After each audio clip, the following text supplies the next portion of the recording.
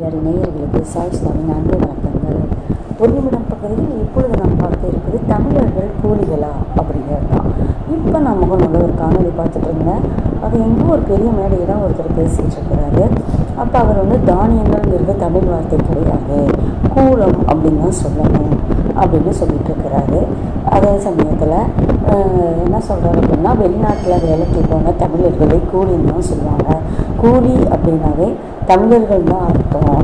அவங்க அதாவது கொஞ்சம் காசுக்காக வேலைக்கு போகிறவங்க, அவங்களெல்லாம் கூலின்னு கூப்பிட்டாங்க அப்படின்னு என்னென்னமோ சொல்லிட்டு இருக்கிறாரு. எனக்கு அதை கேட்டதுமே ரொம்ப சங்கடமாக இருந்தது.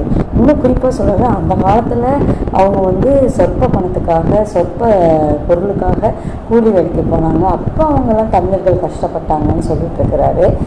எனக்கு இதை கேட்கும்போது என்னடா எவ்வளவோ கதை படிக்கிறோம், இந்தியாவில் அவ்வளோ செல்வ வளம் இருந்தது, அதை கொள்ளையடிப்பதுக்கு தான் ஆங்கிலேயர்கள் வந்தாங்க அப்படிங்கலாம் நம்ம வரலாறு படிக்கிறோம்.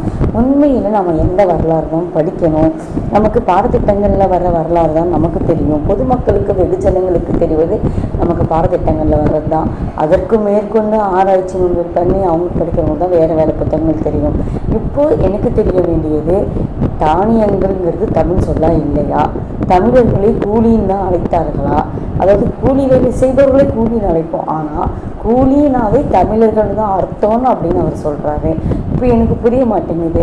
உண்மையான வார்த்தைகளை எங்களுக்கு அடையாளம் காட்டுங்கள் அப்படின்னு நான் கேட்டுக்கிறேன். ஒரு பகிரங்கமாக மேடையில் ஒருத்தங்க பேசுகிறாங்க அப்படின்னா, வெள்ளையாக இருக்கிறவங்க பொய் சொல்ல மாட்டான் அப்படிங்கிற மாதிரி ஒரு மேடையில் இவ்வளோ பகிரங்கமாக பேசப்படும் செய்தி பொய்யாக இருக்காது, உண்மைன்னு தானே நம்ம நினைப்போம்.